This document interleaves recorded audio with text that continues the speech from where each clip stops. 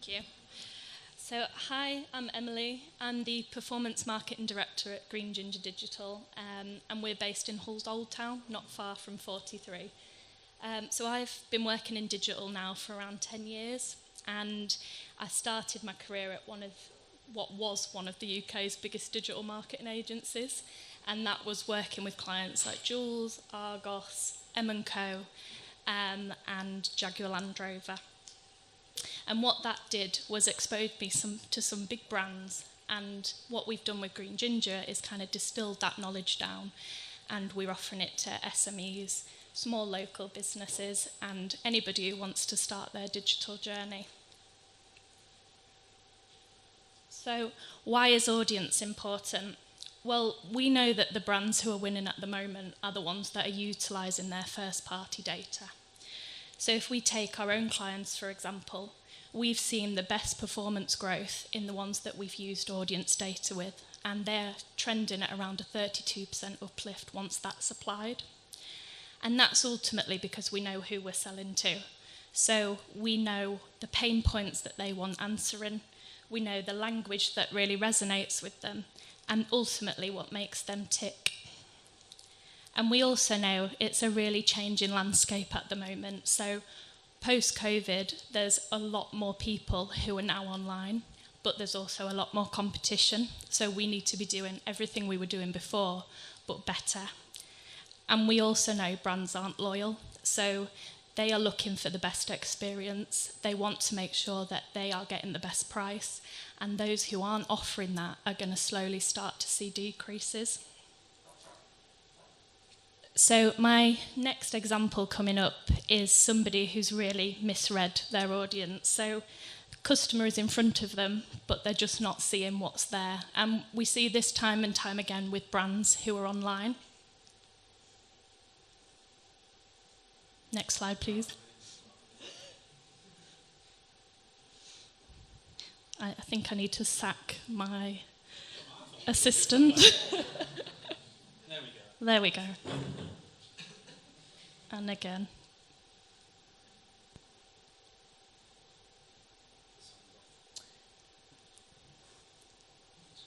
So basically, I'm going to summarise it because the sound's off. Somebody goes to see a Spider-Man movie, he's dressed as Spider-Man, but the guy doesn't know what film he wants to see. So, if you are a brand, you're doing exactly that online, you're definitely not hitting it right with your audience. So we know it's really easy for brands to get it wrong, and I'm sure if you're all on social media that time and time again you'll have been served with the wrong ad.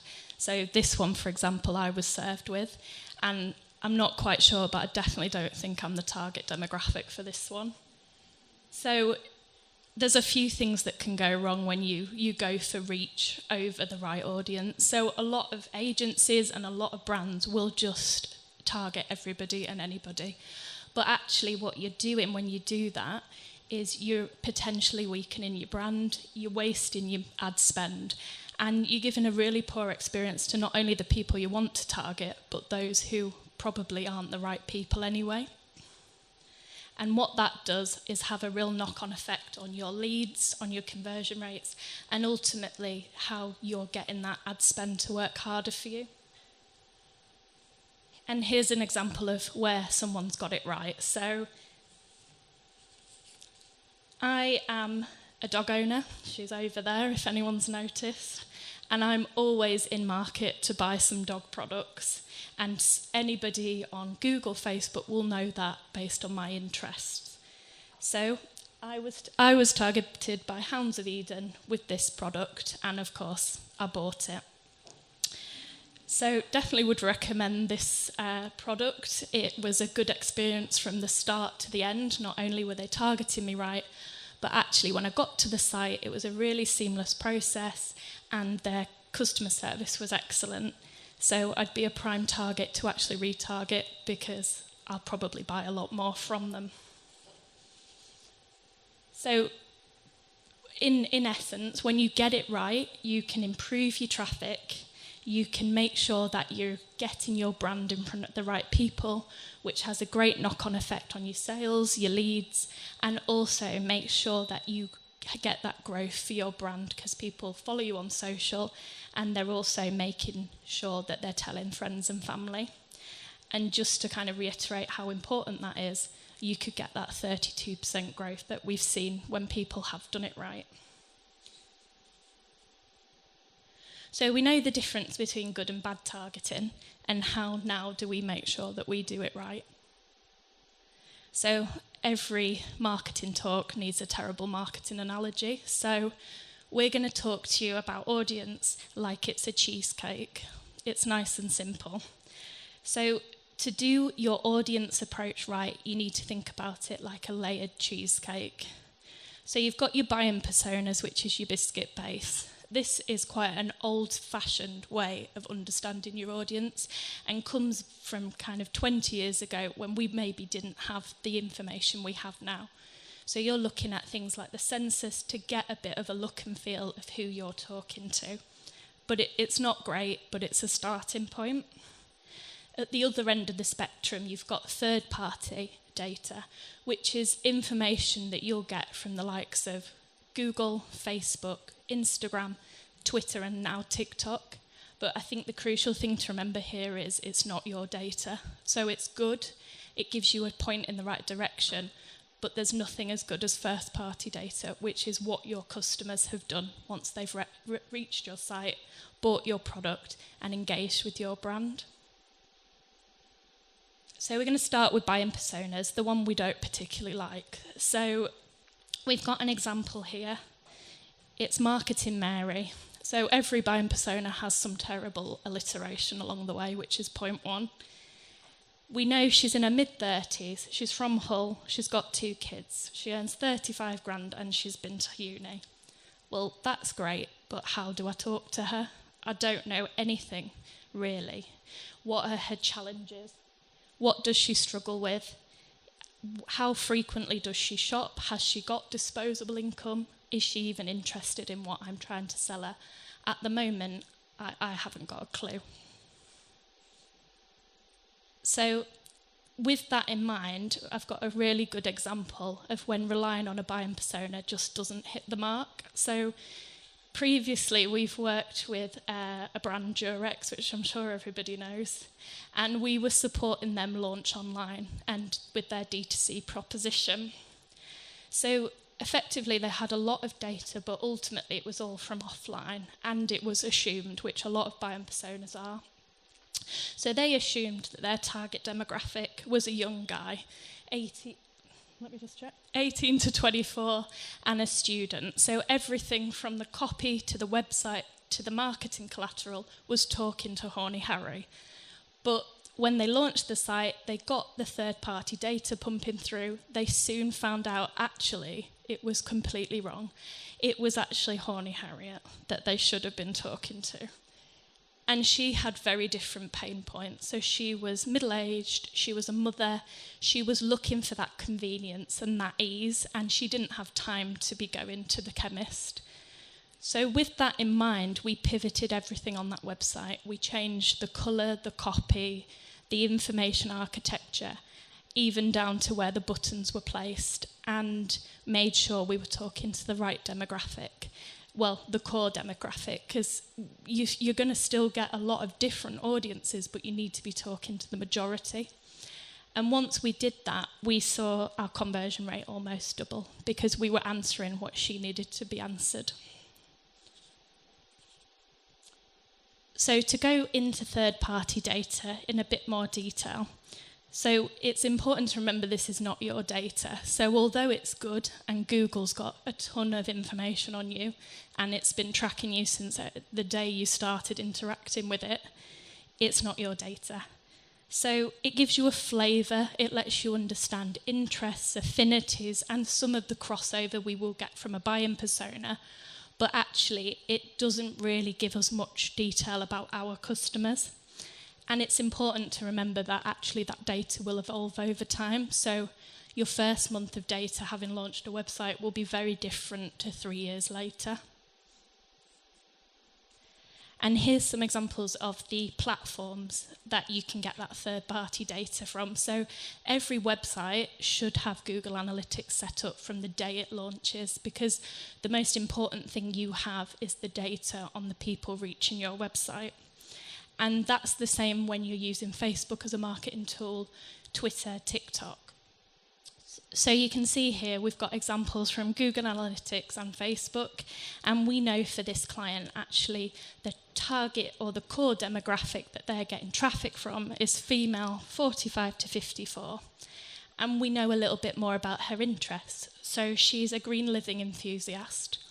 So how do we use that? Well, if that's important to her, let's include that in the marketing. Let's tell her how our brand is sustainable, how our packaging is used, how we're thinking about the environment, and I'm sure that's going to resonate with her. We also know she's a TV lover.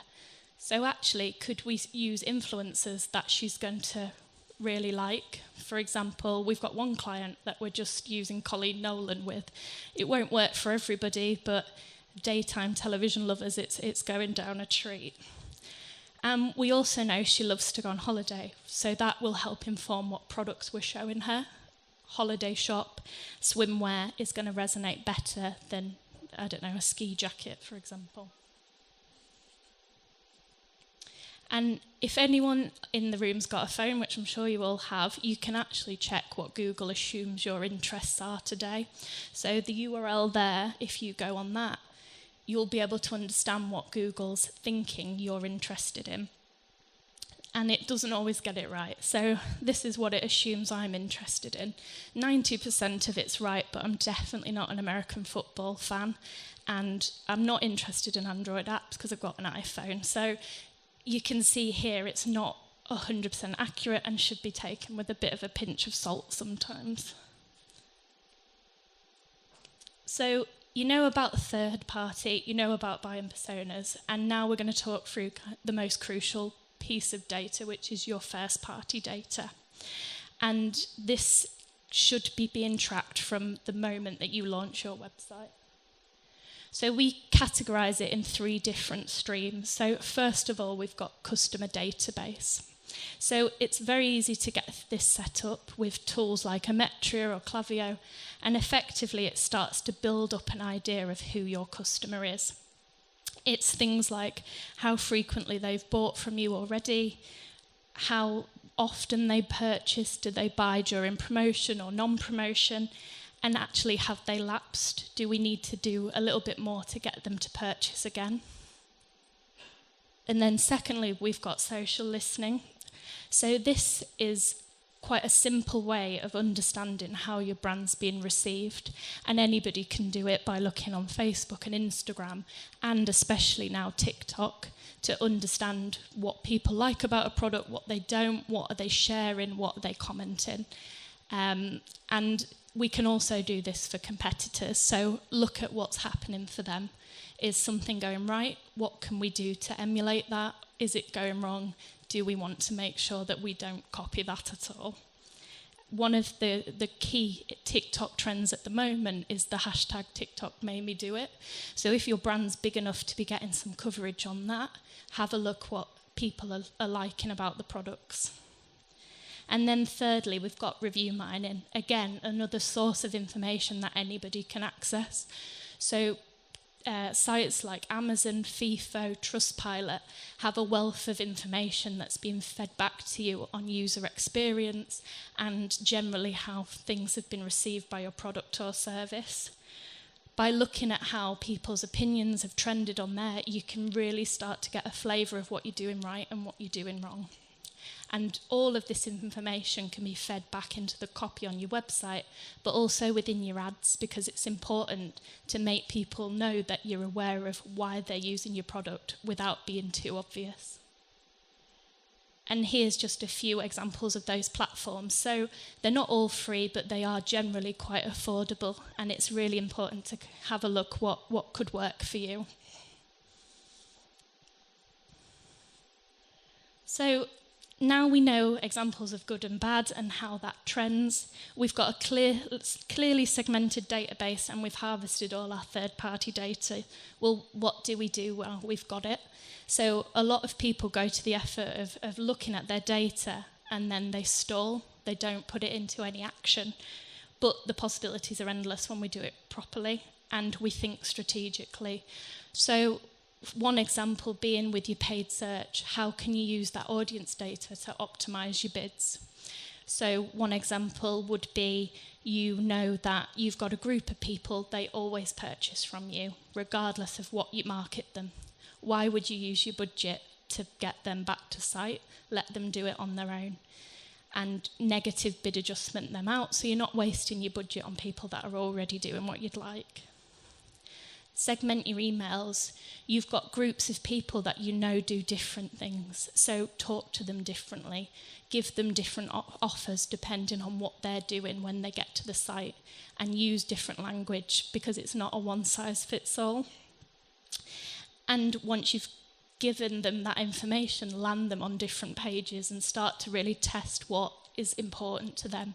Change it up, try different things, and of course make sure you're tracking it all. Retarget, so you know that people are doing actions when they get to your site. Potentially they're getting to the basket and they're dropping out. Well, how do we get them back there? You've got a group already created through your third-party tracking or your first-party tracking. Let's drive them back to the site. Let's use our ad copy to make sure we're answering any problems they might have. And share feedback. So all of that review mining is crucial to feedback to the wider team. Let them know what they're hitting, what they're getting right, what they're maybe missing, and what could they do better. And that's it. So if you do all of that, you're going to grow your audience 32%. But yeah, if anybody has any questions, you can catch me after the next talk.